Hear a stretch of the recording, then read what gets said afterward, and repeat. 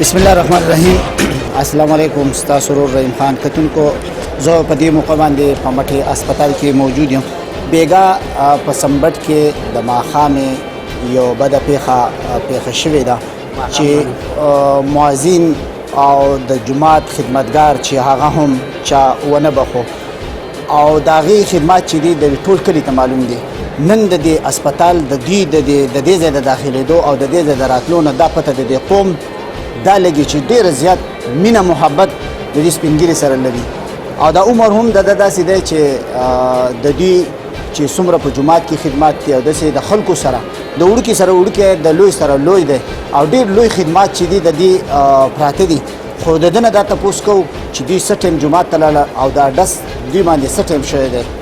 د کومو خلکو خلاف دوی مقدمه درج کړې ده. دوی نه لږه پوښتنه کوم. تاسو هم سره السلام علیکم. وعلیکم السلام ورحمۃ اللہ وبرکاتہ. جی خان کاکا دا راته ووایه څه واقعه بیګا پیښه شوه؟ زه بیګا چې لمونځ وکړو د ماښام په باندې 7 بجې وې او کته واړه بول راغلي کته راکوشوم او اودس مې وکړو چاردام مې وکړ څه نظام برابر کړ چې لوکوټې دې خواران مې یوه ستن ده د هغې سره په ما باندې ډزو شو.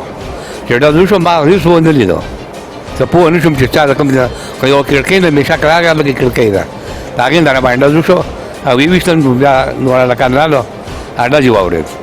نو زه یې راکښت نم بیا دغه راوړم د روزکي ده په هغې کې زه راواخېستم هسپتال ته یې راوړم. نو ما نه د چا سره څه ذاتي شته نه مې د چا سره چې دی نه څه ربړه کړله نه مې د چا سره شر کړلی او دا یقین مې هم نشته چې ما سره زه دا کار کوم. دا راباندې اچانک دا کار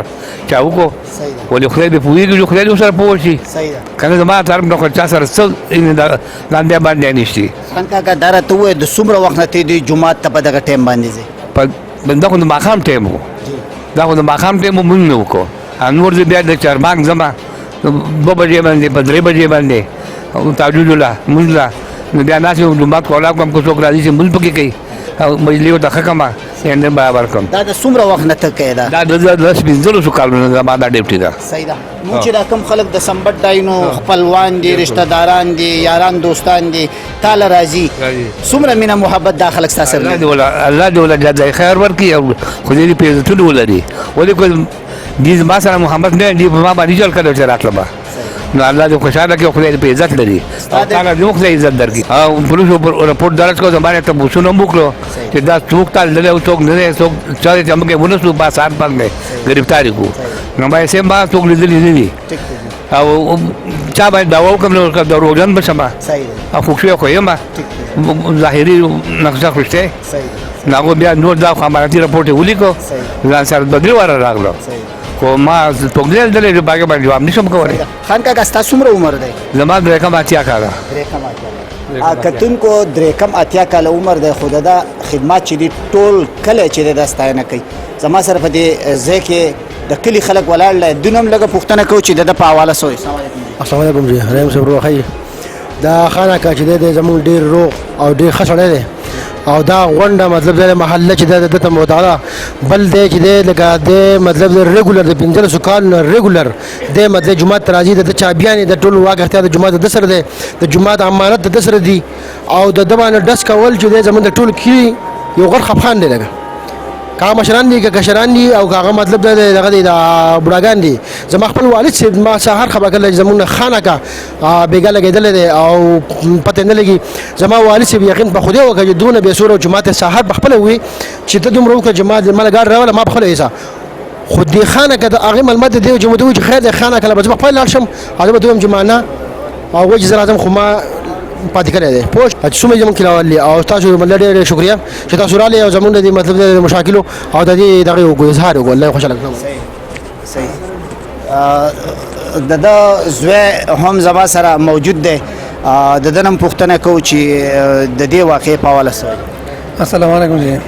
جی مونږ خو د دې نه نور نه خبر خو مونږ خو هلته کې ناسو هغه مونځ شو هغې نه بعد یو کس په ما پسې راغی ما ته وایي ستاسو والد صاحب لږ ښه نه دی تاسو پسې جومات ته لاړ شئ. زه چې جومات ته ورسېدم نو دې خلکو ګاډي ته اچولی و او په سوزکي کې په کټ کې پروت و زه ورسره وروختم نو په لاره باندې ما دلته پوښتنه وکړه چې تاسو له څه چل شوی دی. نور کله خو موږ په جومات ته لاړو د بلیډ غورځېږي تیزېږي نو موږ په هغې وجه باندې په واسطه باندې لاړو چې د بلیډ به غورځېدلی نو موږ بیا هسپتال ته کوو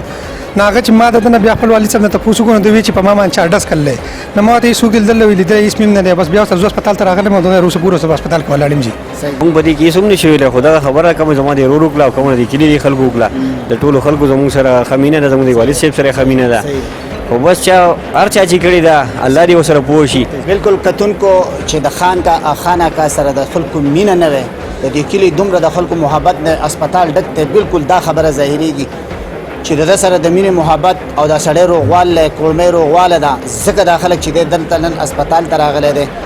د ډز د دې د زړونو باندې ډز دی د کلی خلک دا وایي چې دا ډز په خانه کا نه دی شوی دی په موږ باندې شوی دی یقینا ډېر د خفګان مقام دی ځکه چې ضعیف العمر د 83 سال عمر کې بابا او په دې باندې ډز کول نو زه وایم چې هغه که مخکې وروسته دغه سړی وګوري نو ډېره یو لویه ګناه یې کړې ده او ځان یې د آخرت په عذاب کې اچولی دی دغه پروګرام مختصر صاحب چې مختصر تاسو زما سره د دې مټي پروګرام هسپتال نه وکړ د بل پروګرام پورې مخ خپل قربان رحیم خان اجازه راکړي د الله